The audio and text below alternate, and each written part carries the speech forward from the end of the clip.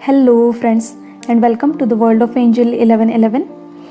Friends, आज हम बात करेंगे कि क्या आप भी नार्सिसिस्ट लोगों के एंटरटेनर हैं। चलिए थोड़ा सा ओवरऑल जान लेते हैं कि ये जो नार्सिसिस्ट पीपल होते हैं वो कैसे होते हैं। ठीक है, तो नार्सिसिस्ट पीपल बहुत ही सेल्फ सेंटर्ड होते हैं, यानी खुद की ज़रूरतों पे ज़्यादा फोकस करते हैं और दूसरों के बारे में बिल्कुल भी नहीं सोचते हैं। इन शॉर्ट, ये सेल्फिश नेचर के होते हैं। इनको हमेशा लगता है कि मैं ही हमेशा राइट हूँ, या फिर ये दूसरे लोगों से बहुत अच्छे हैं या फिर ज़्यादा डिज़र्विंग हैं, राइट। इनको दूसरे लोगों की फीलिंग की बिल्कुल भी कदर नहीं होती, ना ही उनके प्रति इनको काइंडनेस होता है, एम्पैथी होती है।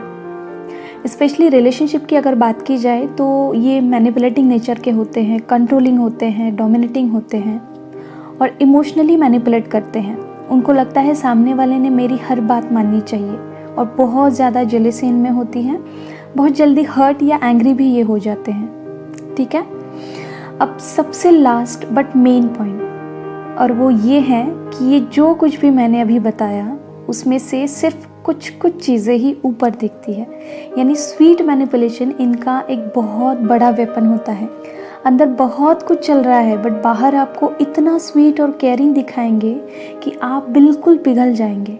बट पीठ पीछे इनका बहुत कुछ चल रहा होता है जिनके आपको ये भनक भी नहीं लगने देते हैं। वेल, इनमें से कुछ लोग ऐसे भी होते हैं जो इस बिहेवियर को बाहर भी कैरी आउट करते हैं, राइट।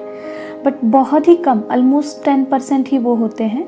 करीब 90% नार्सिसिस्ट जो होते हैं वो फॉल्स मास्क पहने ही रहते हैं। तो ये सब था overall information about narcissist person कि वो किस तरह के बिहेवियर में होते हैं। चलिए अब जानते हैं कि नार्सिसिस्ट पीपल के एंटरटेनर्स जो होते हैं वो कैसे होते हैं।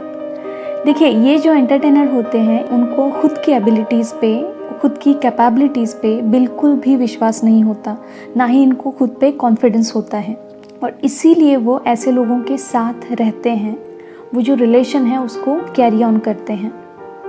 दूसरा पॉइंट ये है कि वो खुद को हमेशा सेकंड प्रायोरिटी देते हैं, पहली प्रायोरिटी वो नार्सिसिस्ट को ही देंगे। और ऐसे लोग हमेशा पीपल प्लीजिंग होते हैं, लोगों की एक्सपेक्टेशन पूरी करने में ही इनकी पूरी ज़िंदगी निकल जाती है। इनको पर्सनल स्पेस और बाउंड्रीज़ का कोई भी सेंस नहीं होता है और इसीलिए तो नार्सिसिस्ट इनको डोमिनेट करते हैं, कंट्रोल करने की कोशिश करते हैं, राइट। और आपको एक बात पता है, इनमें ना नार्सिसिस्ट को प्रोटेक्ट करने की एक अर्ज होती है। उनके प्रति ये बहुत केयरिंग होते हैं। इनमें फियर टू लूज़ का इशू होता है, इसीलिए नार्सिसिस्ट को भी ये छोड़ नहीं पाते हैं। वो सोच कि अगर मैंने इसको छोड़ा तो दूसरा कोई मिलेगा भी या नहीं, या फिर अकेला रहना पड़ेगा, राइट, या फिर आगे जाके क्या होगा, या फिर समाज क्या कहेगा। इस तरह की सोच ये लोग रखते हैं।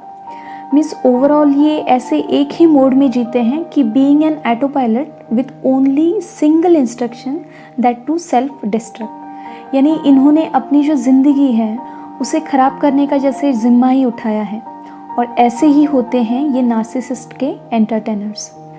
तो अगर आप इन सारे मैक्सिमम पॉइंट्स से मैच कर रहे हैं तो आप बहुत बड़ी गलती कर रहे हैं, और वो गलती ये है कि आप उनको और ज़्यादा प्रोत्साहित कर रहे हैं कि उनका ये जो नार्सिस्टिक बिहेवियर है उसको बढ़ाने में ही हेल्प कर रहे हैं।